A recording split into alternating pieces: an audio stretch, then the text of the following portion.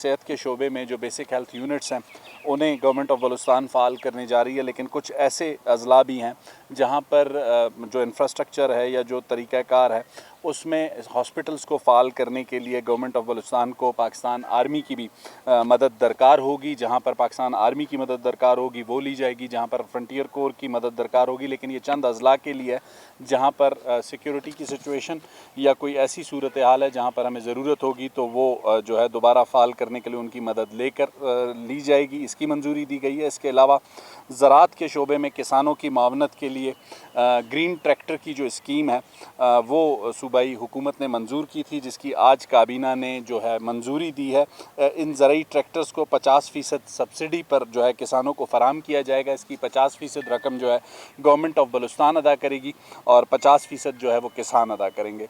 इस इजलास में सुप्रीम कोर्ट ऑफ पाकिस्तान के फ़ैसले की रोशनी में महकमा ज़राअत के ट्रेंड क्रॉप रिपोर्टर्स को ग्रेड 6 से ग्रेड 11 में अपग्रेड करने की मंजूरी दी गई है। चूँकि ये सुप्रीम कोर्ट का फ़ैसला था और उस पर अमल दरामद के लिए काबीना ने मंजूरी दी है।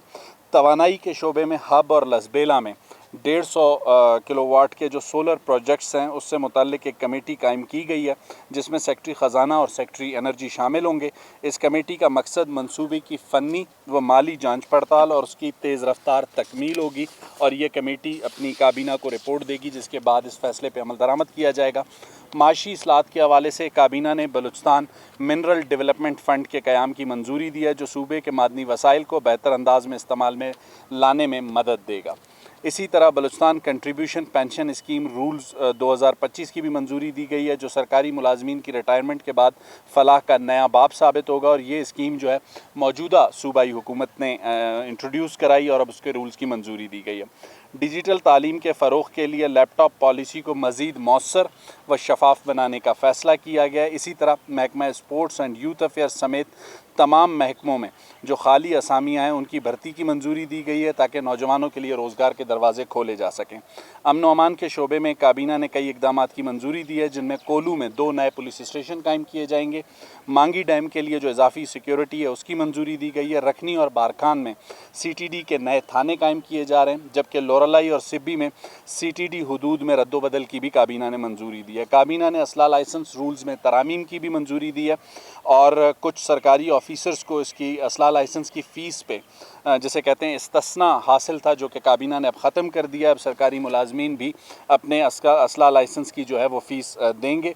सूबाई वज़रा, मुशीरान और अरकान असम्बली की जो सिक्योरिटी से मुतल्लिक एक मरबूत पॉलिसी की भी मंजूरी दी गई है।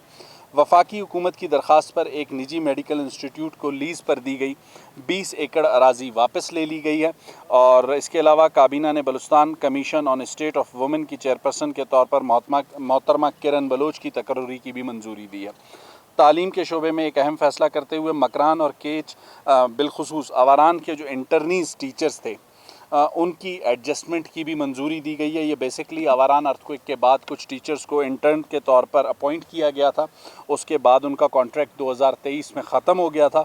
मौजूदा काबीना ने ये फ़ैसला किया है कि जो नई अपॉइंटमेंट्स होंगी महकमा तालीम में, तो उसमें इन जो टीचर्स हैं उनको भी एडजस्ट किया जाएगा, क्योंकि 2023 में इनका कॉन्ट्रैक्ट ख़त्म हो चुका है। जबकि महकमा एक्साइज़ एंड टैक्सेशन के जो मुजव्वज़ा रूल्स हैं और जर्नलिस्ट वेलफेयर जो फ़ंड है उसके जो तरमीमी रूल्स हैं वो मंजूर कर लिए गए हैं।